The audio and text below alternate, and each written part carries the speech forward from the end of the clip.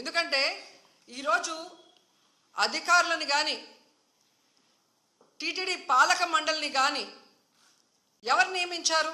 ఈ చంద్రబాబు నాయుడు గారే కదా. మరి ఒక అసమర్థుడిని ఈరోజు టీటీడీ చైర్మన్గా పెట్టడం జరిగింది, ఒక అసమర్థుడిని ఈరోజు ఎస్పీగా పెట్టడం జరిగింది, ఒక కలెక్టర్ని అక్కడ కలెక్టర్గా పెట్టారు. వీళ్ళెవరికి భక్తుల మీద ప్రేమ లేదు, అభిమానం లేదు, వాళ్ళకి సర్వీస్ చేయాలన్న మైండ్ సెట్ కూడా లేదు. ఎంతసేపు చంద్రబాబు నాయుడు చుట్టూ తిరుగుదామా, ఆయనకి భజన వేస్తే చాలు అనుకున్న కార్యక్రమం మనం 6, 7, 8వ తారీఖున చూసాం.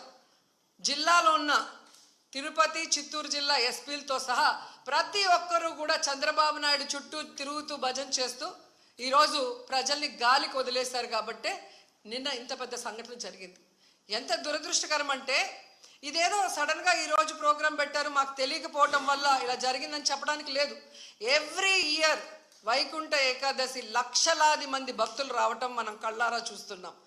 గత ప్రభుత్వం మీరు చూశారు, భక్తులకి ఏ విధంగా సౌకర్యాల్ని అందించడంలో, వాళ్ళకి సేఫ్టీని క్రియేట్ చేయటంలో, వాళ్ళకు వచ్చిన వాళ్ళకి పిల్లలకి పాలు ఇవ్వటం కానీ, పెద్దవాళ్ళకి వృద్ధులకి షెల్టర్స్ ఇవ్వటం కానీ, ఆడవాళ్ళకి కుటుంబ సభ్యులకి భోజనాలు ఏర్పాటు చేయడం మనం కళ్ళారా చూసాం.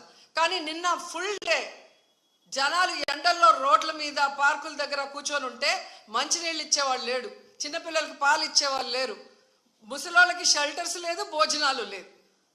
అంటే ఎంత నిర్లక్ష్యం ప్రజలంటే, భక్తులంటే అనేది ఇక్కడ మనం గమనించాలి. నిన్న జరిగింది ఏదో ప్రమాదశాత్తు జరిగింది కాదు, ఇది ప్రభుత్వం చేసిన హత్యలు.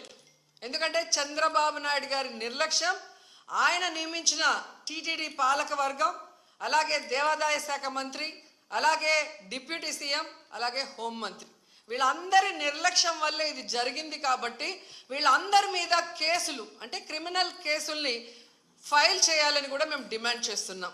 ఎందుకంటే మొన్నే మనం చూసాం, తెలంగాణలో ఒక సినిమా ఫ్యాన్ షోకి అల్లు అర్జున్ గారు వస్తే ఆయనకి సంబంధం లేకుండా తోపులాట జరిగినప్పుడు అక్కడ ఒక మహిళ చనిపోతే అల్లు అర్జున్ గారి మీద 105 BNS పెట్టడం జరిగింది.